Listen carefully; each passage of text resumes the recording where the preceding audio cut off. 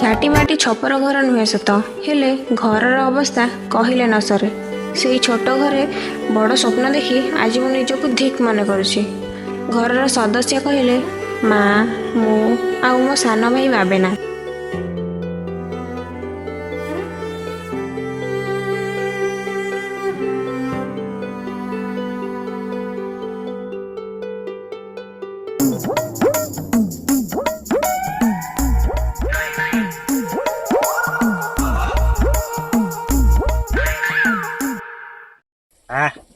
ଯାହା ହଉ ବଢିଆ ପଣସଟି ହେଇଛି।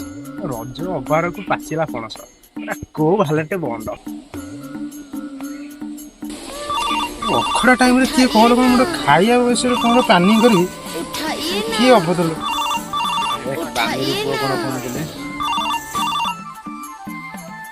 ହଁ ବାନେରୀ ପୁଅ।